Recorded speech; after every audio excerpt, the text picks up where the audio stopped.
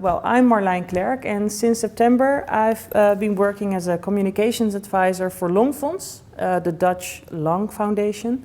And before I start, I'd like to introduce you to Gijs, Anouk en Roy. Gijs is geboren op 14 september 2012. Gijs was altijd een hele vrolijke, lieve, gezonde baby. Alles verliep eigenlijk zoals het moest. Totdat ik hem op een ochtend uit bed haalde, 's ochtends. Dat was vlak voor zijn tweede verjaardag. En toen zat hij op mijn schoot en toen had ik zoiets van, die ademhaling, dat klopt niet. Hij piepte heel erg. Toen ben ik een filmpje gaan maken, hoe hij zich op dat moment voelde. Het filmpje heb ik doorgestuurd naar mijn broertje, en die is ook kinderlongarts. En die gaf toen aan dat ik acuuthuisartsenpost moest bellen en dat heb ik toen gedaan. Dit is Gijs. Gijs is 6 jaar oud en heeft al sinds zijn tweede astma. Alleen weten ze dat pas sinds kort. Ik had vooral heel veel moeite met hem, hoe slecht lucht hij kreeg. Dus ik vond het wel fijn toen we meteen naar het ziekenhuis konden gaan. Toen we zijn aangekomen in het ziekenhuis zijn ze hem gaan vernevelen. En toen gaven ze op een gegeven moment aan van die pufjes wat hij krijgt toegediend, dat kunnen jullie zelf thuis ook. Dus toen zijn we naar huis gegaan. En 2 weken later zaten we weer in het AZM. Wat ik de tweede keer heel lastig vond om te zien was toen hij constant wegzakte. Dus hij deed zijn ogen weer even open en dan zakte hij weer weg. En hij ligt toch aan wat slangetjes al. Dat is heel frustrerend en beangstigend. Ja. Die nieuwe ontwikkeling van die ademtest, dat had voor ons al meteen een beeld gegeven dat Gijs astmatisch was. We hadden dan die 3-4 jaar niet meer hoeven te wachten. Well, normally I'm used to presenting social media results or elaborating on plans to improve education about lung disease. But as this is a presentation about bridging gaps, I'm going to take a different approach. I'm going to talk about something different, something we can all relate to. Whether you're a patient, a communications advisor like myself, a doctor, or a scientist. We're going to talk about our why. Years ago, I came across a communications model called the Golden Circle, and it really stuck with me because I found it such a simple way to get to the core of what you're trying to communicate. It's very helpful to build your story around. Basically, it's about thinking and communicating about your mission, your reason to exist. The Golden Circle is a concept introduced by Simon Sinek, who's over there. He's an author and an inspirational speaker. His TED Talk on the Golden Circle is one of the 3 most watched TED Talks on YouTube, and it has inspired millions of viewers, including me. The key message of his concept, the Golden Circle, is people don't buy what you do, they buy why you do it. Whatever it is you're selling, whether it is computers, bottles of water, or maybe a science proposal, the most important thing to keep in mind is that people buy what they believe in, according to Simon. People don't buy what you do, they buy why you do it.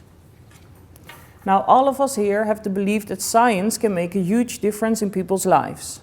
For example, in the lives of people with chronic illnesses, in curing them, or in the healthcare system itself. Making a difference in people's life is what we aim to achieve. Over the years, you've built up a wealth of knowledge, and you're able to tell everything maybe about what's involved in curing or caring for people. Maybe you've got a clear vision on how things need to change, what policies should be developed, and what methods you can use to do that. But if you communicate and act from what you believe in, your story about what you're going to do and how you're going to do it will come across much stronger. So start with why. Your reason to exist, that's probably not something you think about on a daily basis, or something you can just spoon up like that. But it's an essential ingredient if you want people to believe in you and go along with your story. Why do you do what you do? Why is your work relevant to society? And what motivates you to get up in the morning and go to work? With your why, your belief, you can catch people's attention. And it's much more enticing to share what you believe in first than to tell people what it is you're doing. See it as an opening to sell your story. You see, I believe that science concerns us all. It's very relevant to many people, and it can be interesting too if it's delivered in the right way. Preparing this presentation made me actually check on Longfonds' own why and if we are communicating enough from our why. Longfonds' reason to exist lies in the belief that everyone should be able to breathe freely. We dream of asthma prevention and the repair of damaged lung tissue. We want to make a difference in the lives of people with a lung disease and their nearest and dearest. And that's why we initiate and support lung research. That's why we involve lung patients in the decisions we're making. And that's why we advocate measures for clean air. But does that belief come across? Do we communicate our why enough? Last April and May, we've been campaigning on social media to get people to collect money for Longfonds. And to get the best results, we test different advertisements. And the one that performs best, which in this case gets the most clicks, is the one we will boost with extra money. I'm going to show you 2 of those images now. This is an example of an advertisement addressing that people are now able to help collect from their lazy chairs. Using WhatsApp, it's super simple to send a request to your contacts. On the right, we see another advertisement which shows Emran, a boy around 10 years old. He's on a football pitch with his friend. Often he's out of breath because he suffers from asthma. Guess which gained more clicks? Raise your hand if you think the first one performed best.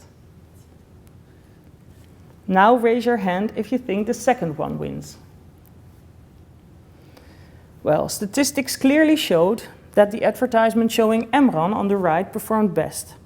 It addresses Longfonds' why and appeals to the belief of lots of people. Children should be able to play freely and not worry about getting out of breath. An advertisement that scored even better was this one. Every day, 7 children with asthma end up in hospital. It is statements like this that make people want to support us in our mission to prevent children from catching asthma and to improve their lives. As you probably know, Longfonds is dependent on donations. We value every person that puts a coin in the collection box. We are accountable to them, and we want to honor their belief in us. That's why we communicate to them what their donations lead to, what research was made possible by them, and what policies we were able to influence to improve the lives of people with lung disease. In some ways, this is similar to your own work. Next to doing research, your work also involves a lot of persuading. You need to secure grants to be able to continue your research. Whether it is in a research proposal or maybe an interview with Longfonds, you need to promote your work.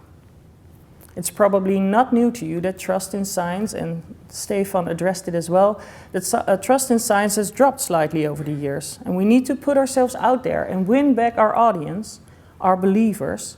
And we need to tell them not just what we do and how we do it, but we need to tell them why we do it. But how? If you know what you believe in, what your why is, how do you get it across? Here's a tip from Sinek himself. Tell them about the one you remember. If you make your story personal, people have an easier time relating to it and catching the message you want to convey. Use your emotion and speak from heart to heart. That provides you with better access to tell them about your plans. And there's actually a quote I always think of when this subject comes up. It's a quote mistakenly attributed to Joseph Stalin. The death of one man is a tragedy. The death of a million is a mere statistic. Some time ago, I got the opportunity to interview Erika van Mutjes. She's a professor of pediatrics at the University of Munich. And she's worked all her life as a children's doctor and epidemiologist.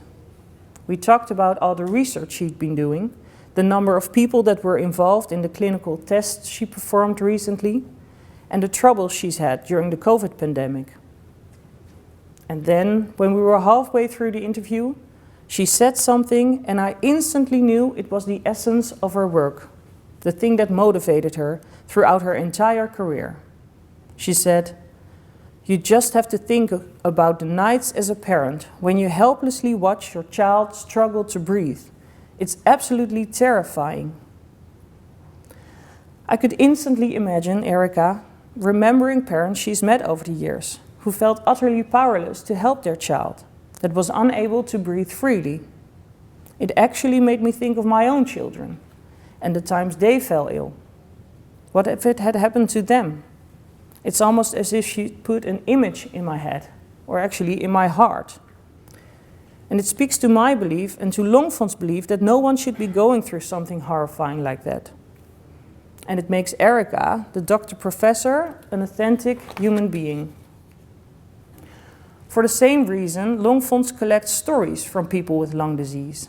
Their authentic stories are a powerful way to communicate about our why. We share these stories on our website, in our magazine Longwijzer, our newsletter, and on our social media platforms. It could be one of these stories you think of when you open the door and see someone standing there with a collection box. Well, knowing what your mission is one thing, and it's quite another to explain that mission and how you intend to achieve it in a way that a broad audience will understand. Over the years, you've undoubtedly picked up a lot of jargon. Words like anamnesis, exacerbation, and pathogen roll off your tongue without a second thought. That's logical, as it is the language you've had to make your own during your studies, and you have to relate to your colleagues and stuff. And I, on the other hand, have been practicing for 10 minutes to pronounce these words properly. For instance, imagine how you would explain these definitions to your neighbor. Maybe you can change a word like pathogen to sick-making. And exacerbation is another one. Shouldn't we replace that word with lung attack? And a term like anamnesis, why not change it in medical history? Perhaps there are certain metaphors you can think of to explain your job. Abstract ideas suddenly become much more comprehensive by using metaphors. Longfonds often uses the metaphor of breathing through a straw when trying to explain what it's like to have asthma. And there are surely more comparisons like this that make it easier to explain what you're working on. You don't have to do this alone. The institutions and organizations you work for likely have communication departments. These people can support you in thinking of the best way to bring your story to a broader audience. Make sure to involve them and provide them with personal, real-life stories to strengthen your message. Knowing what your why is and being able to communicate from your why will make your case much stronger. And while you're thinking about that, tell people about the one you remember. A personal story will make your message much more authentic. And the second thing I hope you'll take out of this presentation is to put yourselves in the shoes of someone with a lung disease every now and then. Even if you work at a laboratory handling petri dishes and never come across people with lung disease, keep them in mind and it will make your work more fulfilling. Thank you for your attention.